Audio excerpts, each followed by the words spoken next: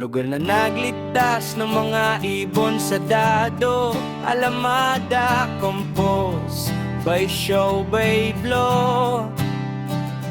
May mga taong hindi lang basta mahilig sa kalikasan, sila yung totoong kumikilos. Para rito, isa na rito si Dikyam, isang vlogger na hindi lang basta nagsusulat tungkol sa wildlife. Siya mismo ang tumutulong sa mga nilalang na nangangailangan. Ang manaksino si Dikyam, si Dikyam ay isang pagkakiyaya at nagalan makatira at aktibo sa komunidad ng Dado.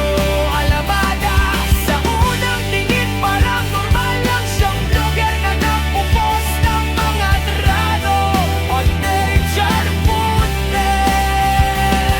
Pero kung susubaybayan mo ang kaniyang mga vlog, makikita mo agad ang tunay na puso niya, ang pagmamalasakit